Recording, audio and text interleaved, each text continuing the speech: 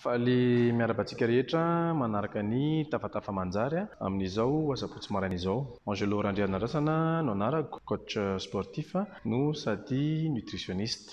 Amin'izao vaninandro mangatsika eto Madagasikara izao ary indrindra mofa ity valanaretina Covid-19 ity dia sakafo natoraly mora karakaraina ary vokatra hita eto Madagasikara no resahako anio. Dia ny thé citron miel gingembre izany na dité voasary makirana, tantely ary sakamalaho. Ny ahafantarany maro ny voasary makirana dia izy betsaka vitamine C izay tena marina tokoa.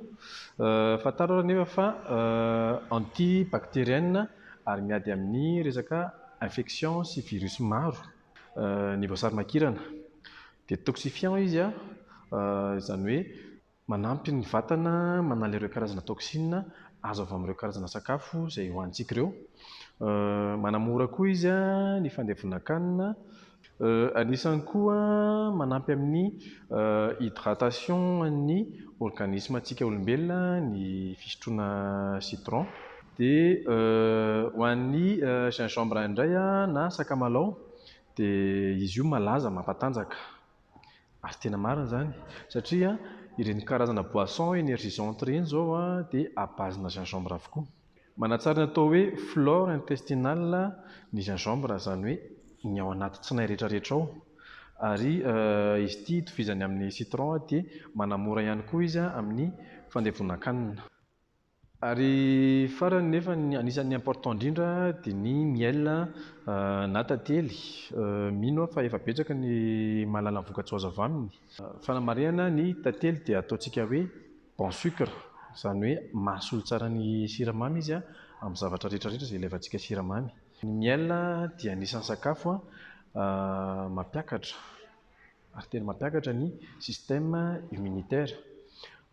Mampatanjaka izy ary mitondra énergie be ho an'ny vatana. Ho an'ireo izay mpirevirevy amin'ny sakazoma hariva ohatra dia fantaro ara fa manala makafoka ny tantely. Manampy koa izy amin'ny fahitantoro ho an'izay olona sahirana mitady torimaso amin'ny alina. Mampidina koa izy ny cholestérol.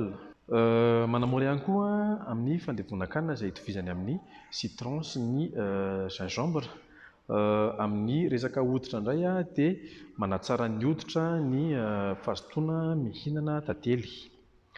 Ary ho an'izao andro mangatsika izao moa dia betsaka ny olona no mikohaka dia fantaro ara fa manalefaka an'izay kohaka izay ny fihinanana tantely.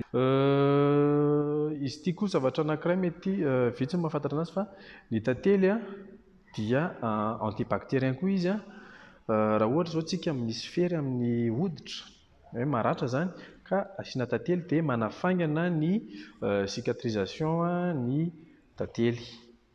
Ka izy ity moa izany amin'ny maha-te anazy dia atambatra anaty rano mafana izany ireo vokatra anankitelo ireo, izany hoe ny tantely, ny citron dia ny gingembre.